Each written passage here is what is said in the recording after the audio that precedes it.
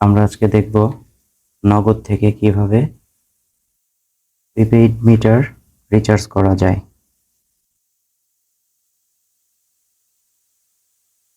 Prepaid meter রিচার্জের জন্য প্রথমে আমরা বিল পে অপশনে চলে যাব। এরপর এখানে electricity, gas, internet, water, insurance অনেক অপশন আছে, ক্রেডিট কার্ড। এখানে দেখুন ইলেকট্রিসিটি অপশনে চলে গেলাম। এরপর নিচের দিকে এসে এখানে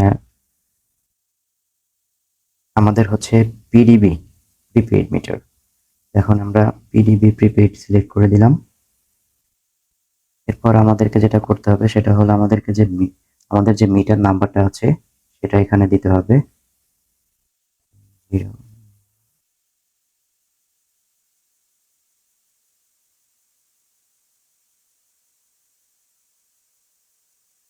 প্রিপেইড মিটার নাম্বার দেওয়া হয়ে গেল। এখানে বিল অ্যামাউন্ট আসবে, আপনি কত টাকা রিচার্জ করতে চাচ্ছেন সেই অ্যামাউন্টটা বসিয়ে দিবেন।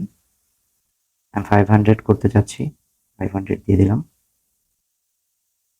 দেখুন এখানে মিটার নাম্বার আপনি আবার চেক করে নেবেন আপনার মিটার নাম্বার ঠিক আছে কিনা, এবং মিটারটা যার নামে রেজিস্ট্রেশন করা আছে তার নাম কিন্তু এখানে শো করছে, এটা দেখে নেবেন। এবং আপনি এই মিটার নাম্বারটা চাইলে পরবর্তীতে সেভ করে রাখতে পারেন। এই যেখানে সেভ ফর ফিউচার পেমেন্টস, এখানে আমি সেভ করে রাখলাম।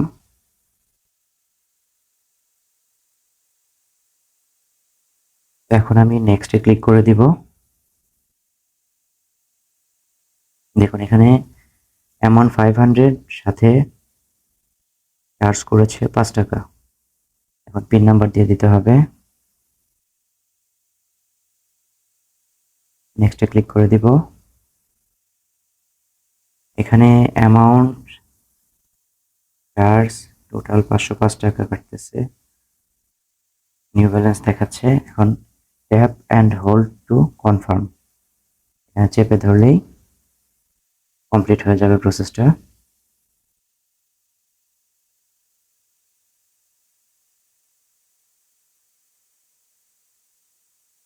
দেখুন অলরেডি মেসেজ চলে এসেছে, ট্রানজ্যাকশন আইডি দেখাচ্ছে।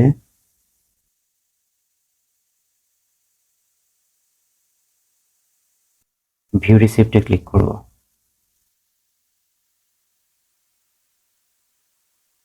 দেখুন এখানে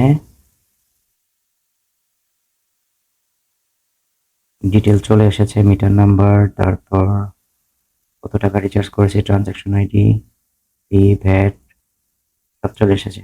এই রিসিপ্টটা কিন্তু আপনি সেভ করতে পারেন, আমি সেভ করে রাখছি। ওকে, হয়ে গেল। Back to home. এখন আমরা মেসেজ অপশনে গিয়ে দেখব